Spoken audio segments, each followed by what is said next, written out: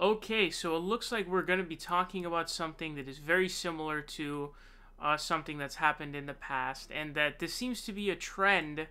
You guys probably know Benjamin Dixon of the Benjamin Dixon Show. He mainly does a podcast now. He used to be more focused on YouTube, and now it looks like he just kind of posts audio clips on YouTube and mainly focuses on his podcast, which goes up on, I think, Spreaker and just his Patreon page. And so that's kind of where he focuses on. Now, I've talked about in the past I've covered a couple of different occasions, or I think maybe just one.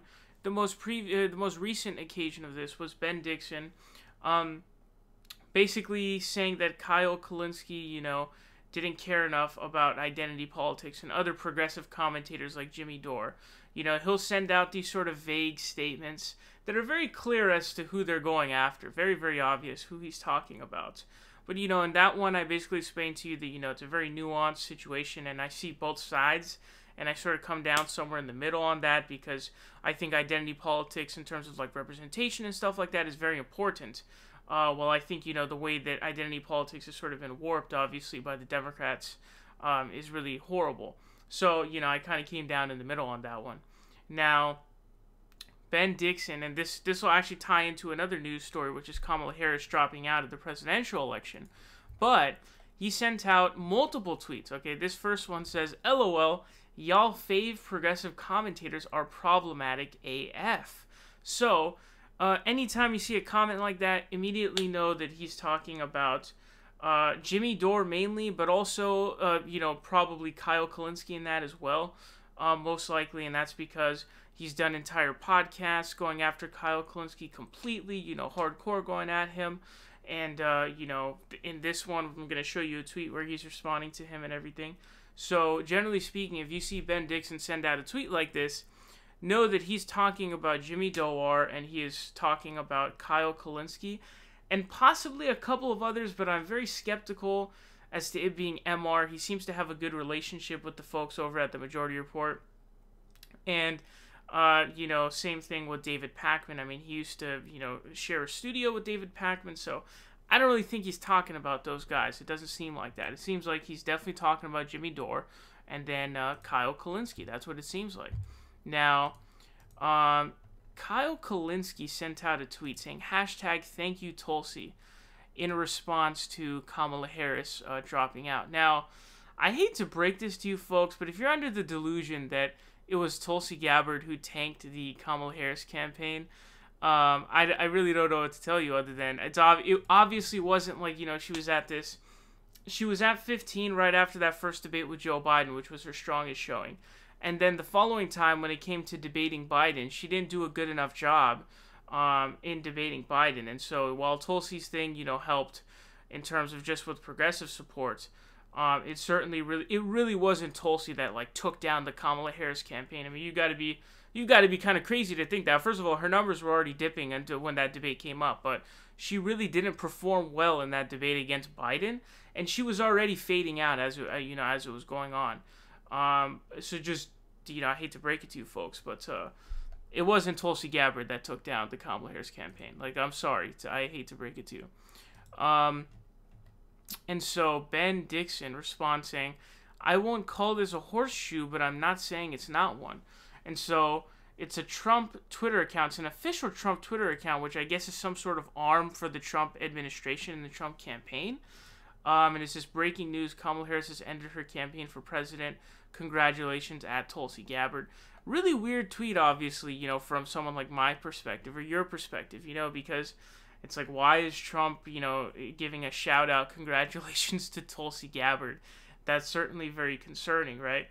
And so a horseshoe obviously is this theory that, eventually if you go far left or far right enough, you come back to the same thing. They connect like a horseshoe, basically, is the idea. So, I don't know. I don't really see that as being a big thing in terms of we can use that against her, because obviously she's, she goes after the Trump administration all the time, etc., etc. So I really don't think that that's something that you could really critique her for. It doesn't really seem like something like that. But Ben seems to really be not for Tulsi Gabbard, is what it seems like.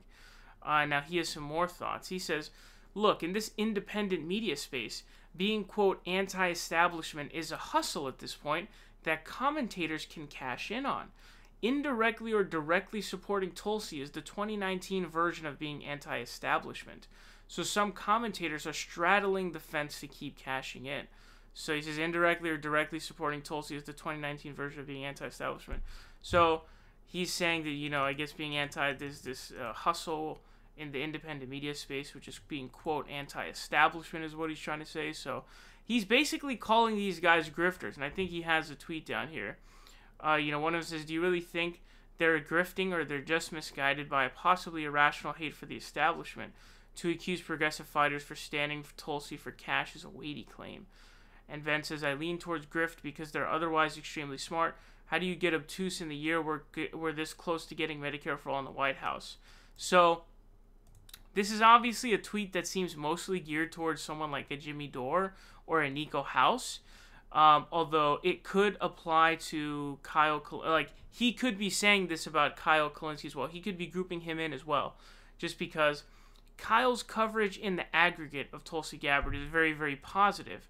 In a very, very marginally, you know, in a marginal sense, it's very high. You know, the difference is very, you know, it's very, very positive, right?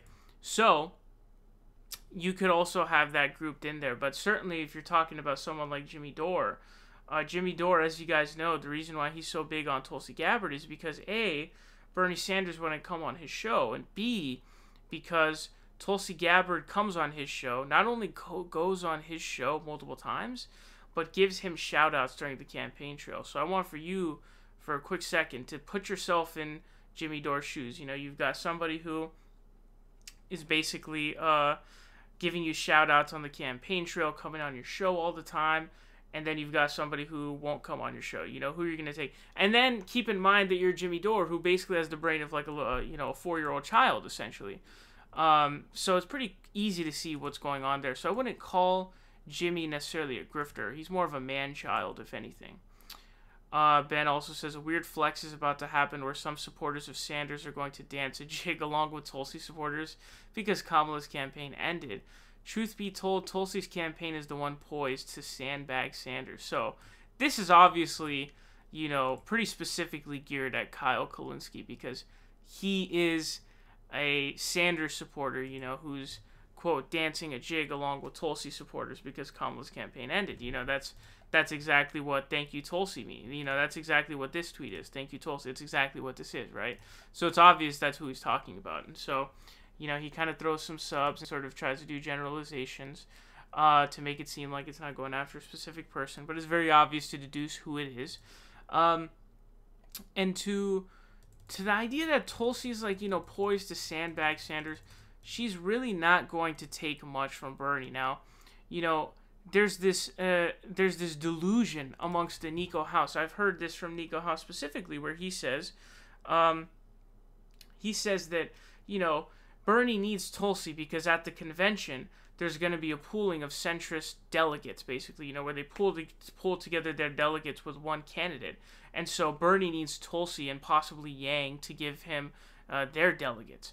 The problem with that is you need 15% in any specific state election to actually get any delegates whatsoever. So the truth is, none of them are getting any delegates. All they're doing is pulling that like 1 or 2% that they're getting. But truth be told, I don't know what percentage of that like marginally tiny 1 or 2% that Tulsi has. Dude, Tulsi has, in terms of polling data, which is what I look at, she's got virtually nothing. I mean, she's at like 2 points. 2 points. And there's certainly no guarantee that all those 2 points are going to go to Bernie. So I find her, you know, campaign sort of insignificant in that way.